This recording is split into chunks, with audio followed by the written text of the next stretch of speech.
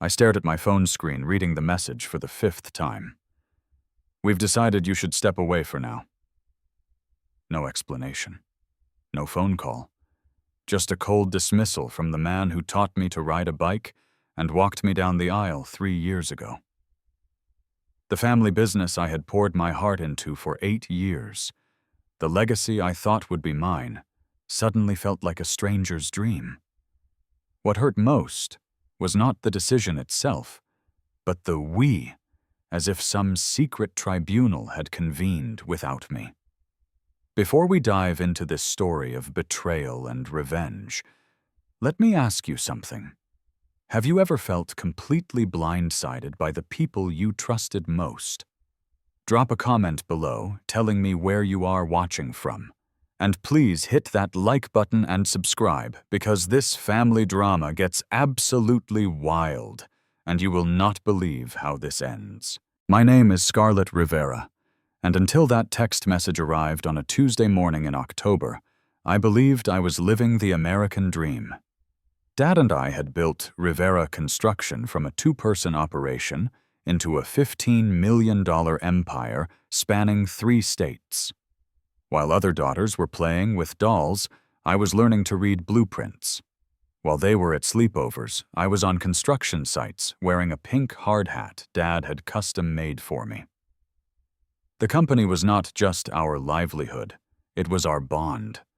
Every contract we won felt like a shared victory. Every satisfied client reinforced our partnership. When Dad started talking about retirement 2 years ago, he always spoke in terms of "when you take over" and "your vision for the future." I had business cards printed with Scarlett Rivera Future CEO because he insisted on it. But something shifted after I married Marcus last year. Dad became distant, questioning my decisions in front of employees, excluding me from client meetings I had previously led. When I confronted him about it, he blamed stress and promised things would improve. They did not. The morning of the text, I had been reviewing proposals for our biggest project yet, a $60 million government contract to build affordable housing. I had spent months nurturing this opportunity, building relationships with city officials, presenting our company's track record of completing projects on time and under budget. The contract signing was scheduled for Friday. Then my phone buzzed. "We've decided you should step away for now. Marcus will explain everything when you get home. Do not come to the office today." My hands shook as I called Dad immediately. Straight to voicemail. I tried the office. "Mr. Rivera is in meetings all day," his assistant said, her voice strangely formal. "He cannot be disturbed." I drove to the office anyway, my mind racing through possibilities.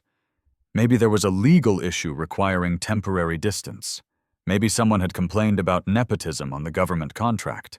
Maybe Dad was protecting me from something I did not understand. The parking lot looked normal. Our trucks were lined up in neat rows. Workers were gathered around coffee, starting their day as usual. But when I swiped my keycard at the front entrance, the light flashed red. Access denied. Through the glass doors, I could see movement in the conference room. Dad was there, along with my uncle Roberto, our lawyer Jim Patterson, and 3 people I did not recognize. One was a woman in an expensive suit taking notes. Another was a man with silver hair studying documents spread across the table. I knocked on the glass. Dad looked up, saw me, and immediately looked away.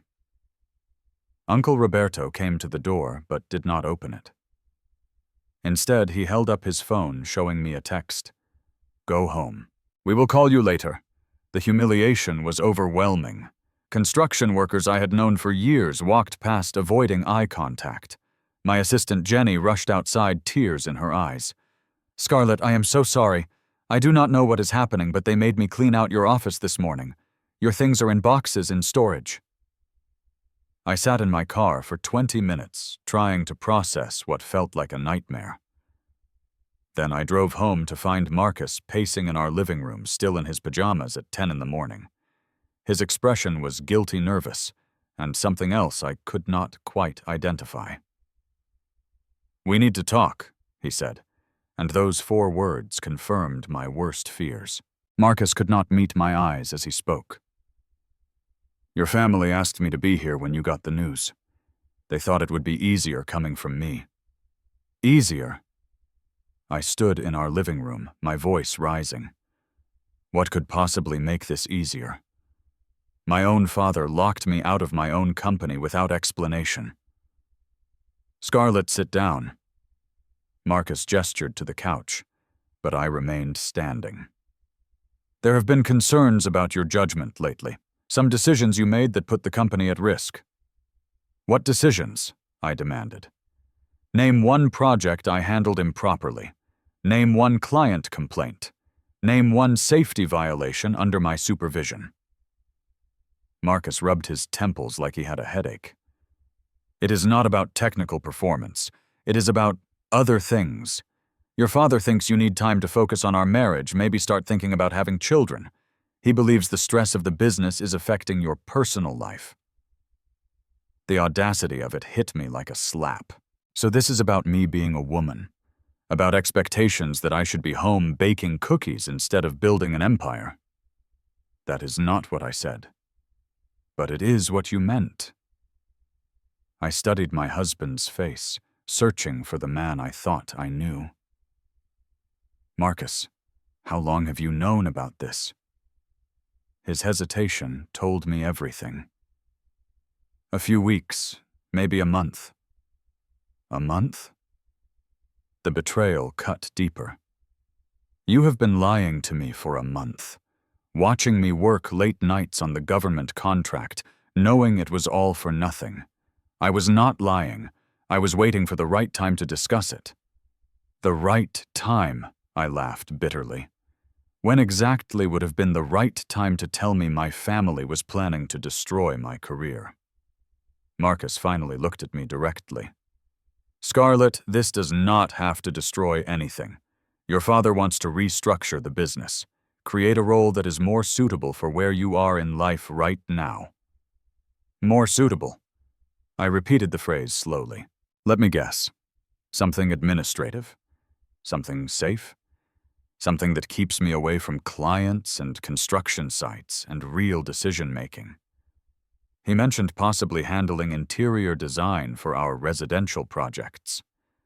The suggestion was so insulting I almost laughed. Interior design, for the woman who designed the structural systems for half our commercial builds. It would still be important work. "Marcus, whose side are you on here?" The question hung in the air. Marcus stood up, walked to the window, and stared out at our perfectly manicured suburban yard. "I am on our side, our marriage, our future family. Maybe your father has a point about priorities." Something cold settled in my chest. "What do you mean?" "You work 70 hours a week. You take calls during dinner. You have not talked about children in months. Maybe stepping back from the business would be good for us." I stared at my husband, really looked at him, and realized I was seeing him clearly for the first time. "You want this. You actually want me out of the business." "I want my wife back." "I am right here." "No, you are not. You are always thinking about the next project, the next contract, the next problem to solve. When was the last time we had a conversation that was not about work? When was the last time you showed any interest in my work? When was the last time you asked about a project or celebrated a success with me?" Marcus turned from the window. "That is exactly what I mean. Everything comes back to work with you." The realization hit me like a physical blow. This was not just about Dad's concerns or family pressure. Marcus had been complaining to my family about our marriage. He had been building a case against me, using my dedication to our shared business as evidence of my failures as a wife. "How many conversations have you had with my father about this?" I asked quietly. "Scarlett? How many, Marcus?" "We have talked a few times. He is concerned about you. We both are. Concerned about me or concerned that I am not conforming to your expectations of what a wife should be? That is not fair. Fair. I felt years of suppressed frustration rising to the surface. You married me knowing exactly who I was. You knew I was passionate about the business. You knew I had goals and ambitions. Did you think marriage would magically transform me into someone different? I thought marriage might change your priorities. It did change my priorities. I added you to them. I never replaced them with you. Marcus sat back down heavily. Your father thinks some time away from the business might help you figure out what really matters. And what do you think really matters, Marcus? I think our marriage should come first. Before everything. Before my career, my goals, my identity, before a business that is consuming your entire life. I realized then that I was not just fighting for my position in the company. I was fighting for my right to be myself within my own marriage and family. The people closest to me had decided I needed to be different, smaller, more manageable. I need to call my father, I said. He said he would call you tonight. I am not waiting for his convenience. But when I tried calling again, Dad's phone went straight to voicemail. The office number went to an answering service. Even Uncle Roberto, who had been like a second father to me, was not taking my calls. I was being systematically cut off, isolated, and silenced. But they had made one crucial mistake. They had underestimated exactly how much I knew about Rivera Construction and how far I was willing to go to protect what was rightfully mine. I spent the rest of that day trying to reach anyone in my family who might explain what was happening. My younger brother Diego was in class and could not talk. My Aunt Maria claimed she knew nothing about business decisions. Even my grandmother, who usually took my side in family disputes, said she did not want to get involved in complicated matters. By evening, I realized the isolation was intentional and complete. But I was not powerless. 8 years of working closely with Dad had given me knowledge about Rivera Construction that went far beyond my official duties. I knew where every important document was kept, every password, every client relationship, every financial detail. More importantly, I knew about the things Dad preferred to keep quiet. That night while Marcus slept, I drove to our home office and began going through files I had stored there over the years. Construction contracts, financial records, correspondence with clients and subcontractors. Most of it was routine business documentation, but some files contained information that painted a very different picture of Rivera Construction's recent success. In a folder marked Government Contracts, Confidential, I found correspondence between Dad and a company called Meridian Development Group. The letters dating back 8 months outlined a partnership agreement I had never seen before. Meridian would provide consultation services for our government projects in exchange for a 40% stake in any resulting contracts. What made this arrangement suspicious was that Meridian's address was a post office box, and their consultation services seemed to consist entirely of providing contact information for government officials who could expedite our applications. The letters strongly suggested that Meridian was facilitating some form of bribery or influence peddling to help us win contracts. Even more damaging was a series of emails between Dad and someone named Vincent Castellanos, who appeared to be Meridian's primary contact.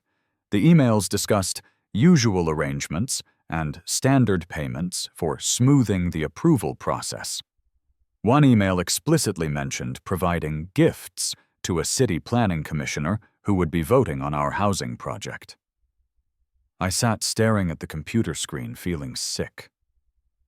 If these documents were authentic, Dad was involved in corruption that could destroy not just our business, but potentially send him to prison. The $60 million government contract I had worked so hard to secure was apparently the result of illegal influence peddling. But there was more. In reviewing financial records, I discovered that several recent projects had been significantly over budget, with the excess costs attributed to consultation fees paid to Meridian. We were not just participating in corruption, we were using it to inflate our profits at taxpayer expense. The next morning, I called our longtime accountant, Patricia Weber, who had been handling our books since before I joined the company. Patricia was one of the few people associated with Rivera Construction who had always treated me as an equal. "Scarlett, honey, I have been wondering when you would call," Patricia said when she heard my voice. "I heard about what happened yesterday." "Patricia, I need to ask you something important. Have you seen any unusual financial arrangements lately? Anything involving a company called Meridian Development?" There was a long pause. "Where are you right now?" "At home." "Why?" "Can you meet me for coffee?" "Not somewhere public. My house, maybe." 2 hours later, I sat in Patricia's kitchen while she spread financial documents across her dining table. Her expression was grave as she walked me through months of irregular payments and accounting adjustments.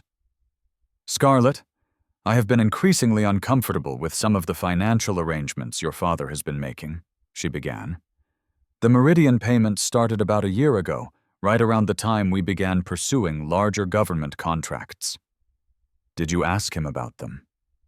"I did.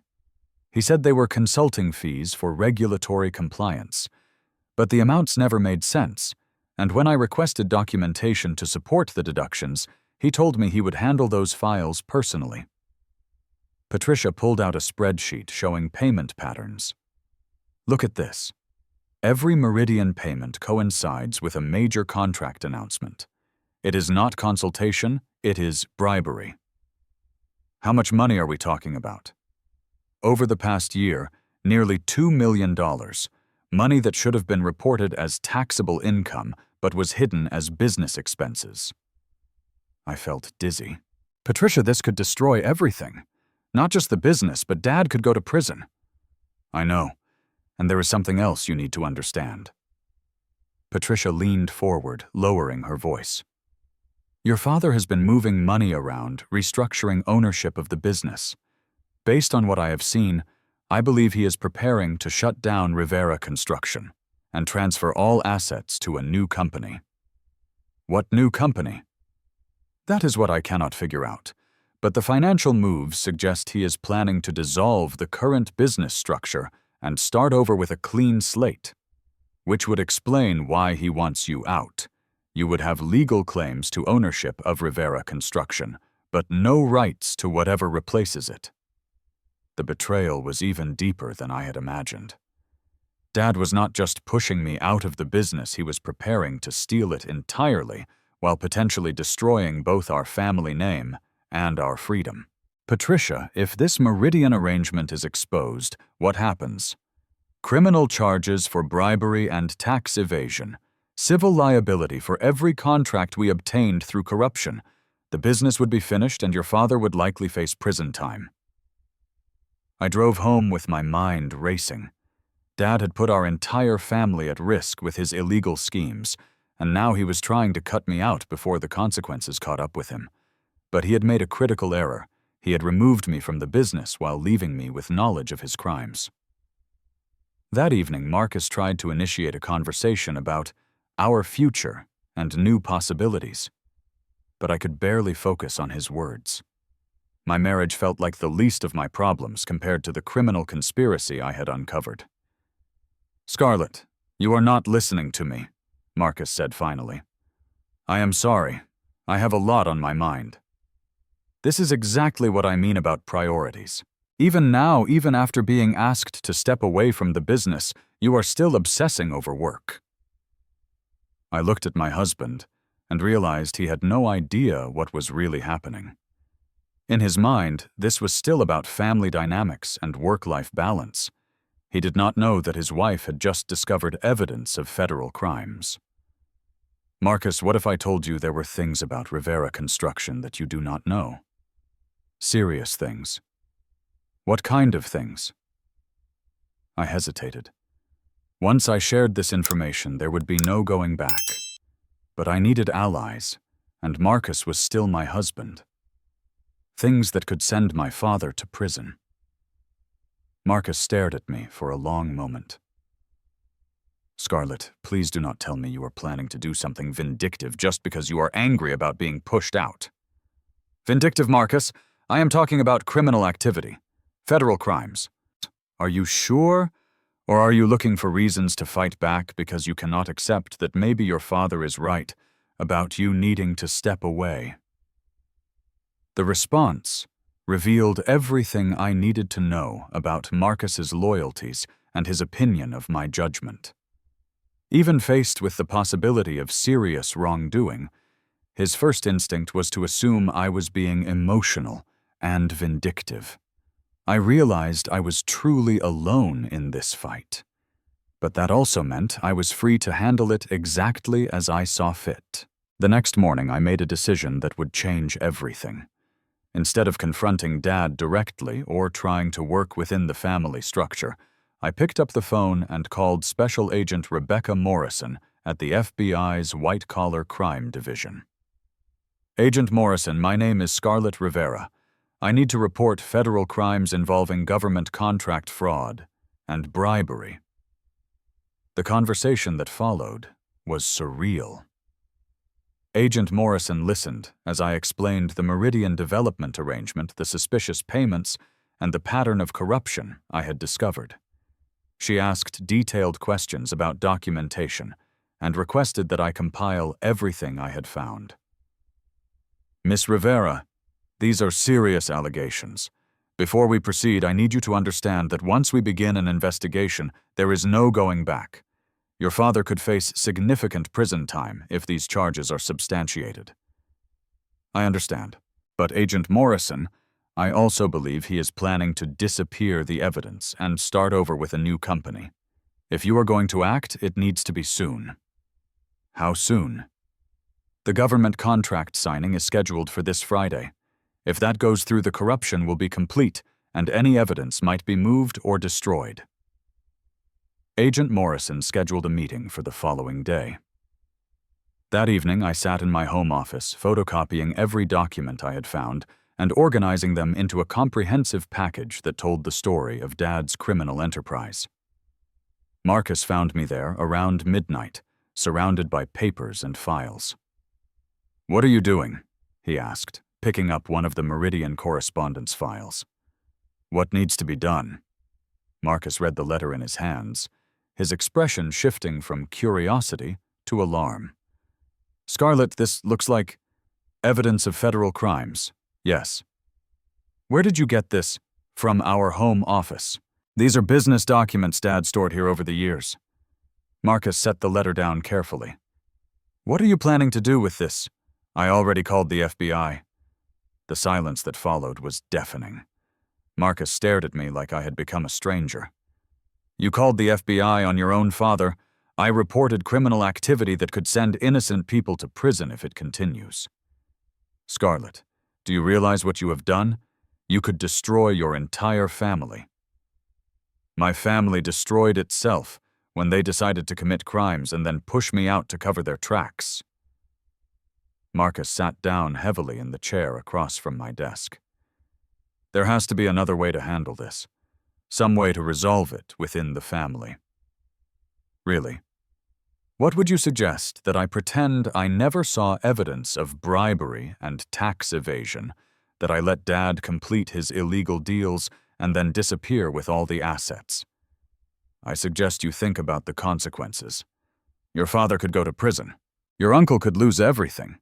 Your grandmother could lose her home if the business assets are seized. And what about the consequences of doing nothing? What about the taxpayers being defrauded? What about the legitimate contractors who lost bids because we were bribing officials?" Marcus stood up and began pacing. "This is not about justice, Scarlett. This is about revenge. You are angry about being pushed out, so you are trying to destroy everything."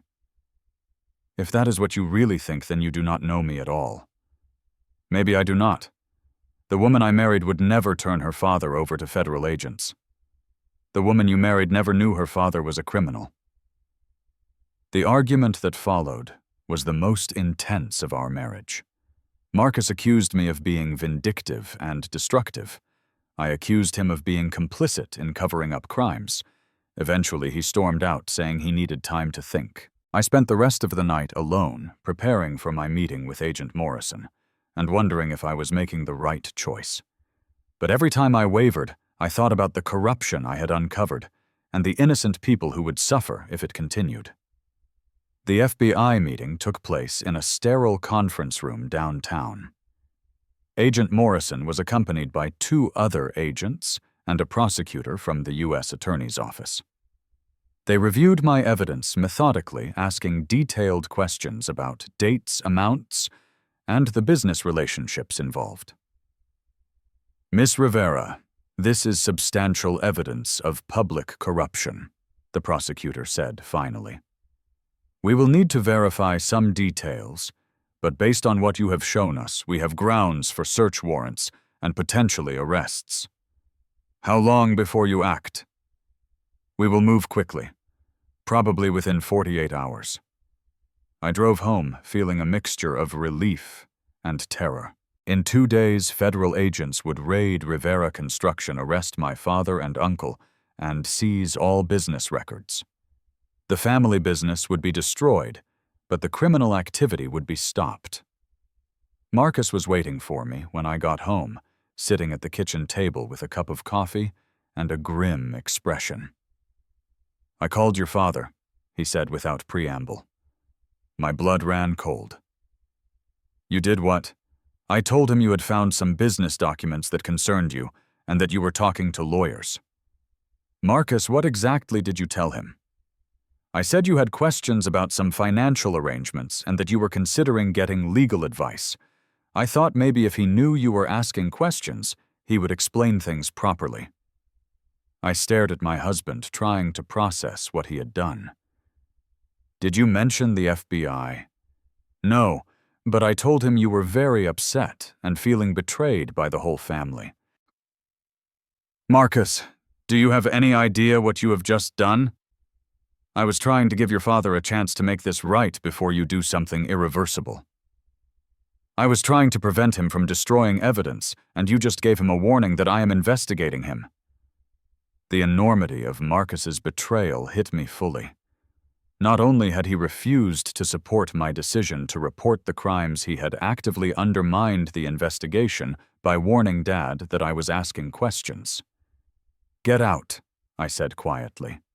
"Scarlett, we can fix this. Get out of my house. This is our house. Get out, Marcus. Pack a bag and leave. Tonight. You are making a mistake.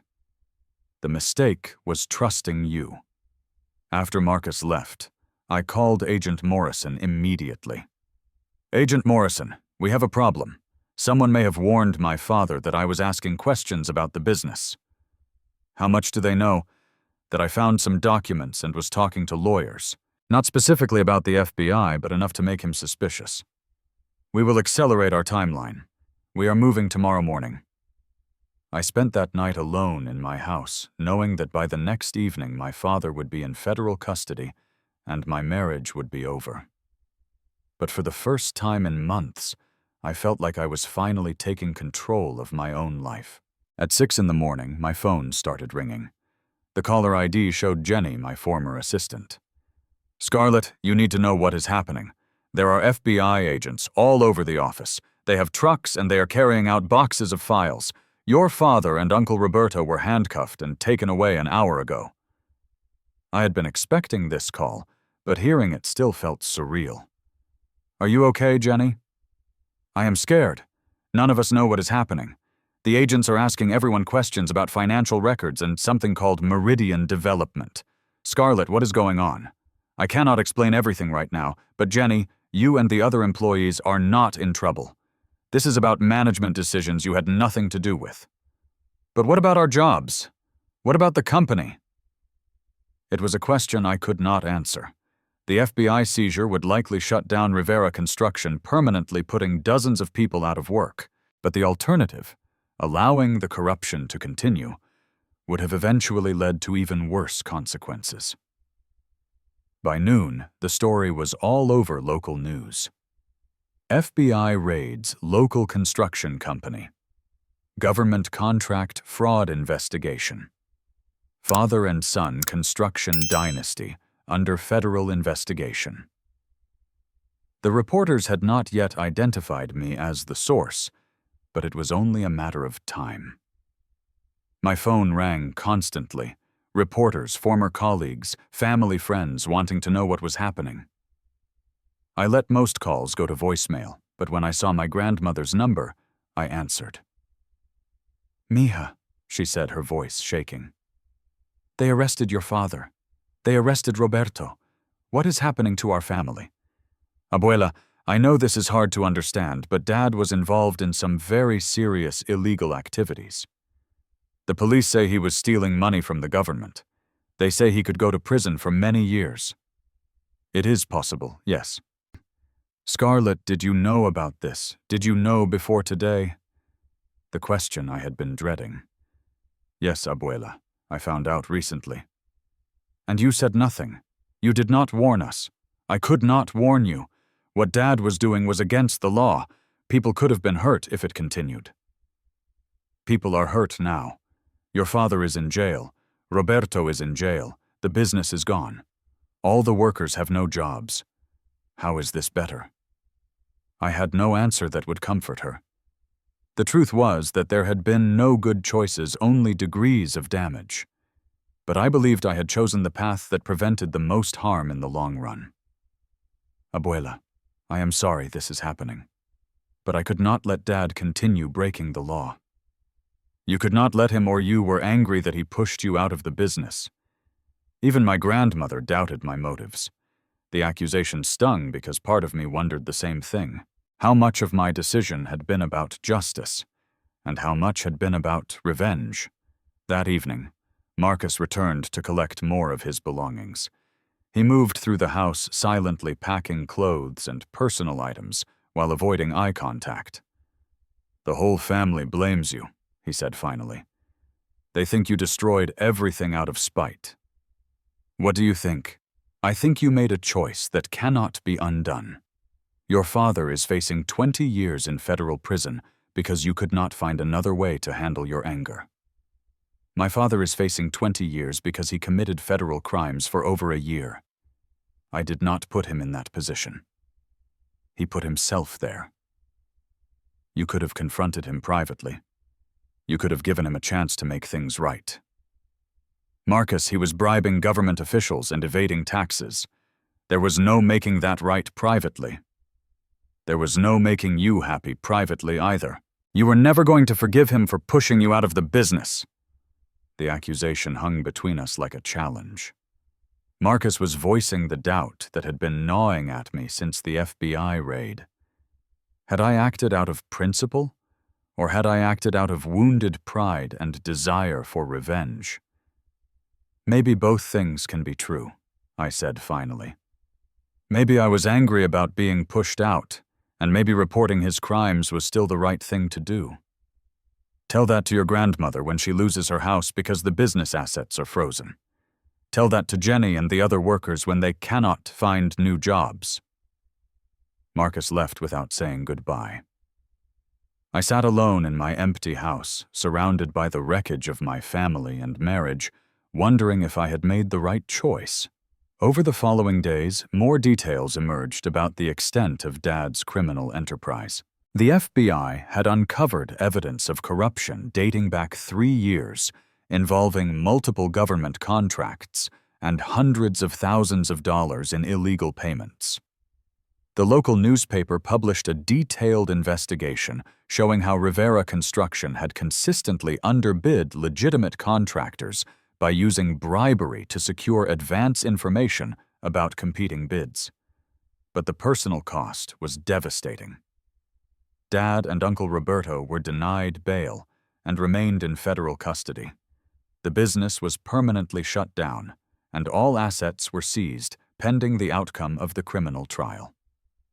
23 employees lost their jobs immediately, with no severance or warning. My extended family cut off all contact with me. Cousins, aunts, uncles, people I had grown up with, refused to speak to me or acknowledge my existence. At my grandmother's birthday party, I was explicitly told I was not welcome. The isolation was complete and brutal. I had lost my family, my marriage, my career, and my identity all at once. Some days I wondered if Marcus had been right, if I could have found another way to handle the situation that would not have caused so much destruction. But then I would remember the documents I had found, the evidence of systematic corruption, the taxpayer money that had been stolen, and I would remind myself that allowing crimes to continue is also a choice with consequences. 6 months after the FBI raid, I was rebuilding my life from scratch. The divorce from Marcus was finalized, and I had moved to Denver to start over in a city where the Rivera name did not carry the weight of scandal. I found work with a small architectural firm, using my construction experience in a new way that felt like a fresh beginning. The criminal trial had concluded with Dad and Uncle Roberto pleading guilty to federal corruption charges in exchange for reduced sentences. Dad received 8 years in federal prison, while Roberto got 5. The guilty pleas meant there would be no trial testimony about my role in providing evidence to the FBI. But word had spread throughout our community that I was responsible for their arrests. I was sitting in a Denver coffee shop reviewing blueprints for a sustainable housing project when my phone rang with a number I did not recognize. "Miss Rivera, this is Patricia Weber. I hope you remember me." "Of course, Patricia. How are you?" "I am well. I wanted to call because there have been some developments you should know about. Are you somewhere you can talk privately?" I stepped outside the coffee shop into the crisp Colorado morning. "What kind of developments?" "The FBI investigation uncovered much more than what your father was involved in. It turns out the Meridian Development Group was part of a larger criminal network operating in 6 states. Your information helped them uncover a multi-state conspiracy involving dozens of companies and government officials." I had no idea it was that extensive. "Scarlett, because of your cooperation, the FBI was able to prevent millions of dollars in additional fraud and corruption. They recovered money that is being returned to taxpayers and used to fund legitimate affordable housing projects." I felt a mixture of vindication and sadness. The scope of the crimes I had helped expose was larger than I had ever imagined, but knowing that did not ease the pain of losing my family. "There is something else," Patricia continued. "Several construction companies that lost contracts due to the bribery scheme have filed civil lawsuits against Rivera Construction and its partners, but they are also pushing for policy changes to prevent this kind of corruption in the future. Your name has come up as someone who could testify about how the fraud operated from the inside. Testify publicly. At legislative hearings about government contract reform. The State Attorney General thinks your testimony could help pass laws that make this kind of corruption much harder to execute." The idea of going public with my story was both terrifying and appealing. For months I had lived with the weight of being seen as the daughter who destroyed her family out of spite. The opportunity to explain my actions and help prevent similar crimes was tempting. I would need to think about it. Of course. But Scarlett, I want you to know that I think you did the right thing.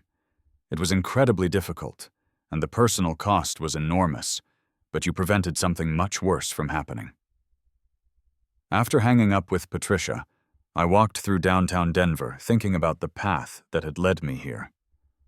I had lost everything familiar: family, marriage, business, community.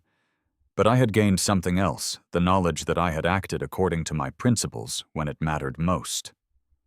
3 weeks later, I found myself in the state capitol, sitting at a witness table facing a committee of legislators investigating government contract fraud. The hearing room was packed with reporters, government officials, and representatives from construction companies that had been affected by the corruption scheme. "Miss Rivera," the committee chair began, "you were an executive with Rivera Construction when you discovered evidence of the bribery scheme. Can you walk us through what you found and how you decided to report it?" For the next 2 hours, I told my story publicly for the first time. I explained how I had discovered the Meridian documents, the financial irregularities, and the pattern of corruption. I described the impossible choice between family loyalty and legal obligation, and I answered difficult questions about my motivations and the consequences of my actions.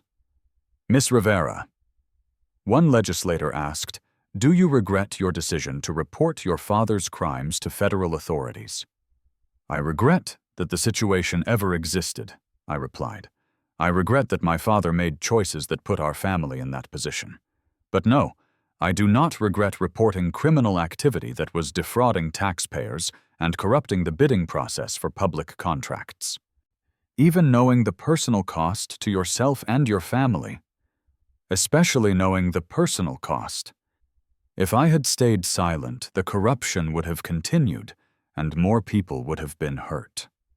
The personal cost of doing the right thing does not make it the wrong thing to do." After my testimony, several people approached me with support and encouragement. A reporter told me that my story had inspired other whistleblowers to come forward in similar cases. A construction company owner thanked me for helping expose the corruption that had cost his business several contracts.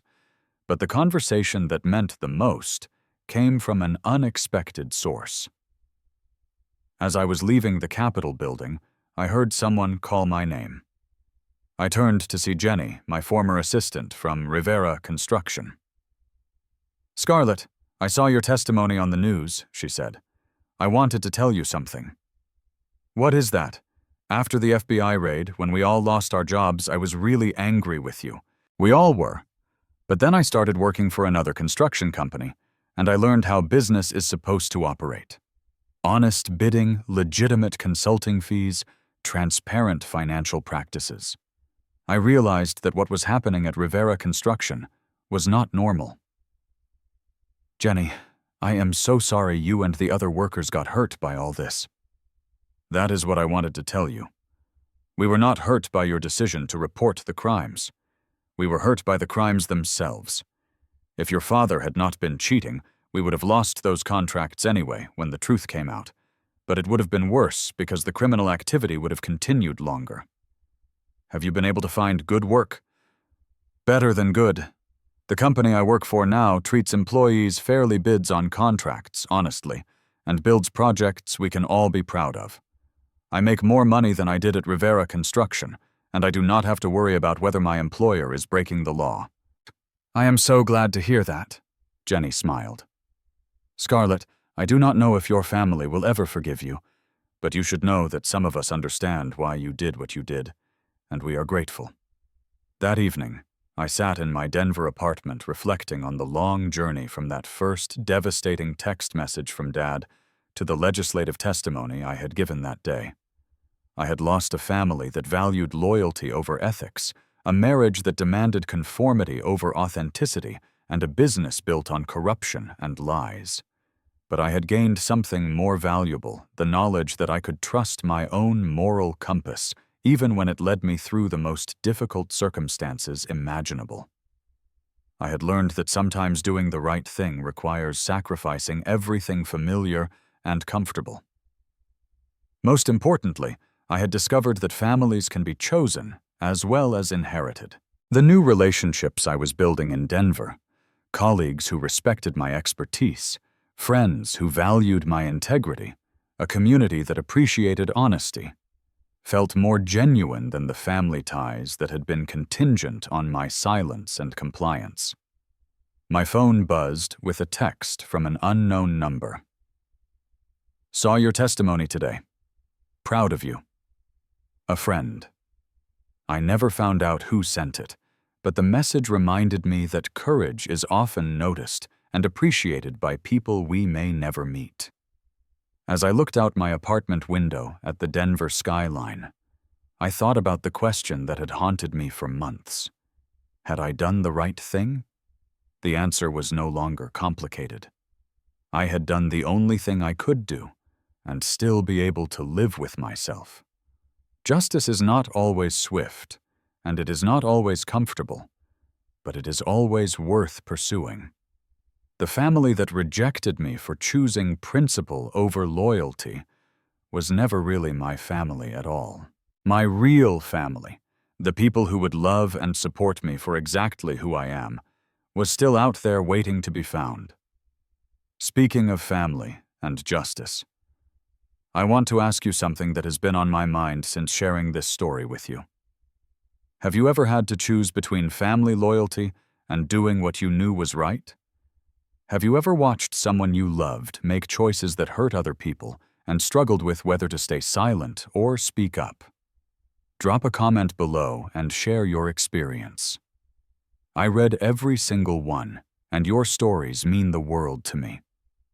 If this story resonated with you, please hit that like button and subscribe for more real stories about life, family, and the complicated choices we all have to make.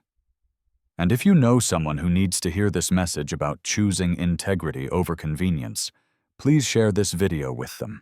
Thank you for listening to my story and for being part of this community where we can talk honestly about the messy, difficult, beautiful business of living with integrity. Remember, the family that truly loves you will never ask you to compromise your values to keep them happy, and the courage to do right thing is always worth it, even when it costs everything.